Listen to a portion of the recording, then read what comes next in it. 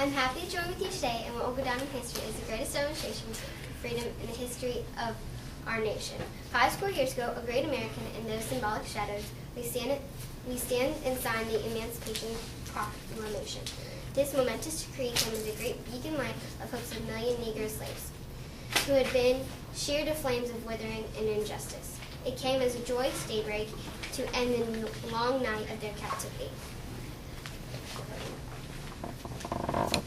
But 100 years later, the Negro still is not free. 100 years later, the Negro is still sadly crippled by the mansion of segregation and the chains of discrimination. 100 years later, the Negroes live on a lonely island of poverty in the midst of the vast ocean, the material prostitution. 100 years later, the Negro is still languished in the corners of America's society and finds himself in exile in his own land. So we've come here today in dissemination of shame and condition. And in a sense of we've come to our nation's capital to cash a check when a tribesman of the Republic wrote the magnificent words of the Constitution of the Declaration of Independence. There were signed a permission note to which very America was to fall here. This note was promised that all men, yes, black men, as well as white men, would be granted to the unavailable rights of life, liberty, and their pursuit of happiness. It is obviously today that America has defaulted on the promissory note and served as her citizen of color and considered instead of honoring this scared knowledge. America has given the Negro people a bad check, a check which has come by marked institution bounds.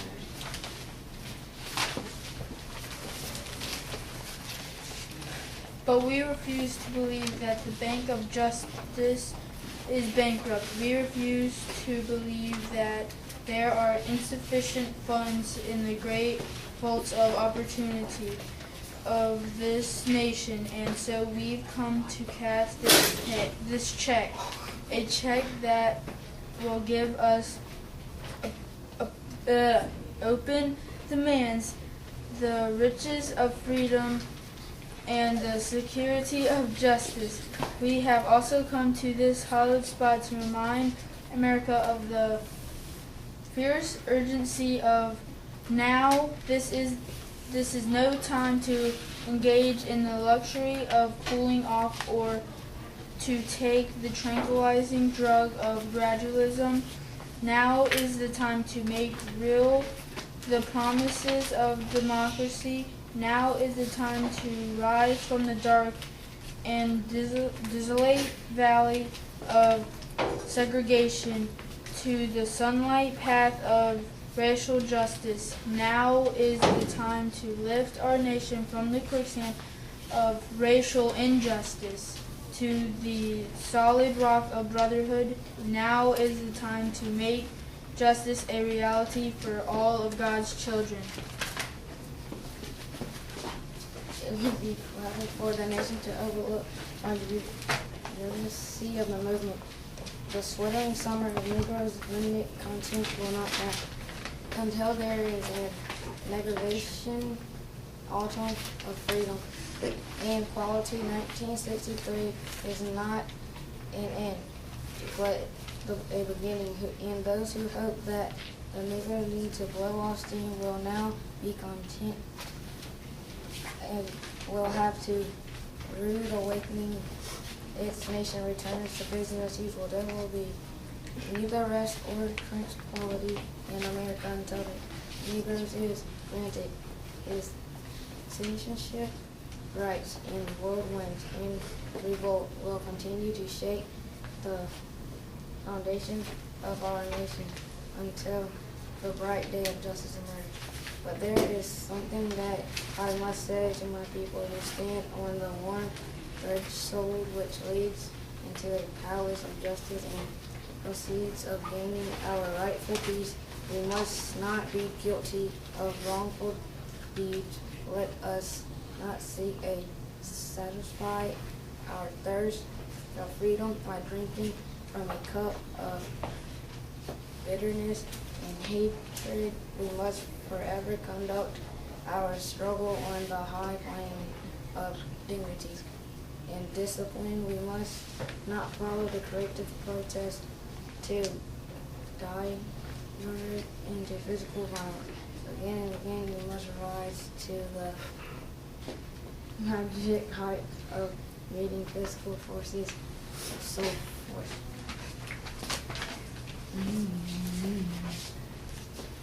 The marvelous new militants which has engulfed the Negro community must not let us to our distrust of all white people.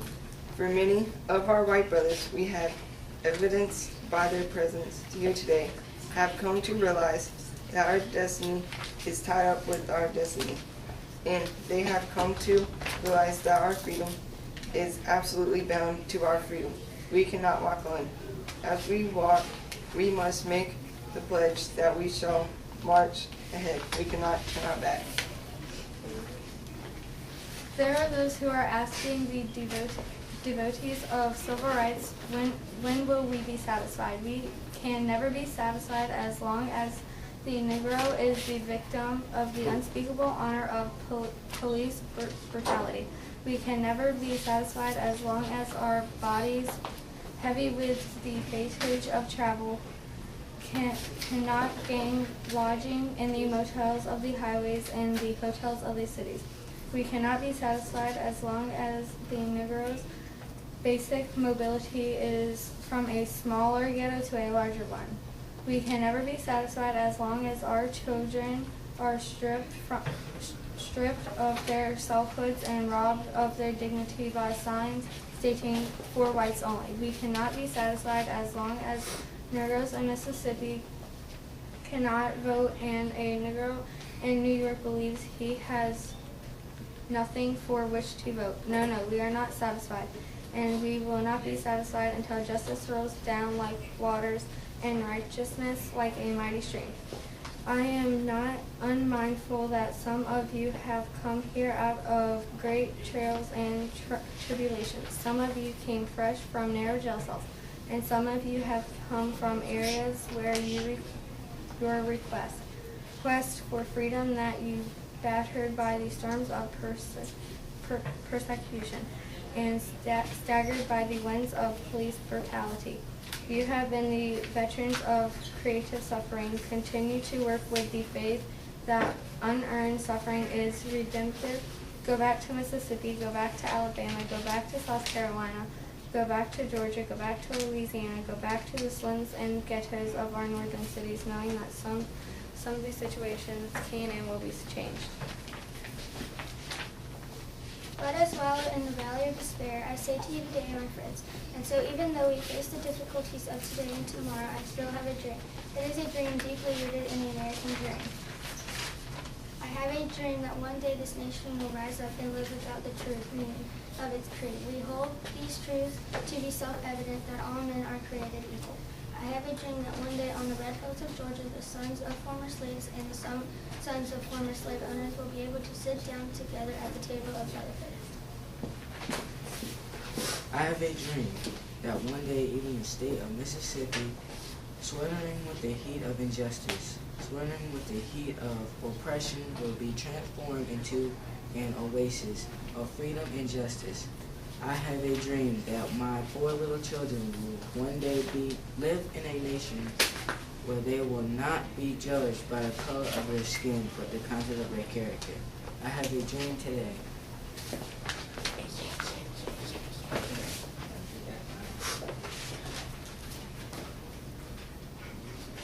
I have a dream that one day down in Alabama with its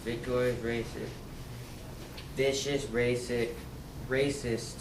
with its governor having his lips dripping with the words of interposition and nullification. One day, right there in Alabama, little black boys and little black girls will be able to join hands with little white boys and white girls as sisters and brothers. I have a dream today. I have a dream that one day every valley shall be exalted and every hill and mountain shall be made low. The rough places will be made plain, and the crooked places will be made straight, and the glory of the Lord shall be revealed, and all flesh shall see it together.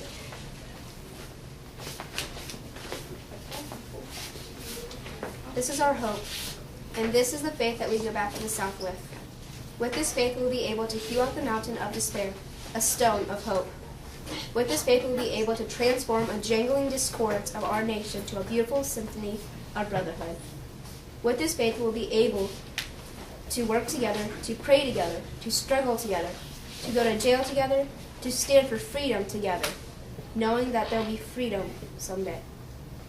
And this will be the day. This will be the day when all God's children will be able to sing with a new meaning.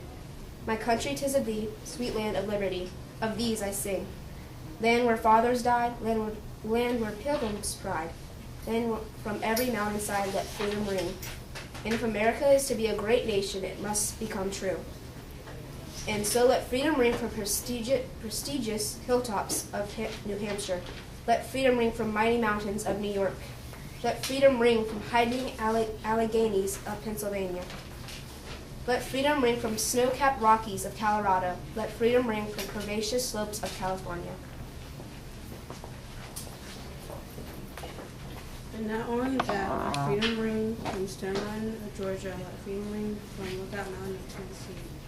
Let freedom ring from every hill, molehill of Mississippi, from every mountainside. Let freedom ring. And when this happens, when we all out, freedom ring, when we let it ring from every village and every hamlet, from every state and every city, we will be able to speed up that day when all God's children, black men and white men, Jews and Gentiles, Protestants and Catholics, will be able to join hands and sing in the words of the Savior Spiritual. Free at last, thank God Almighty, we are free at last.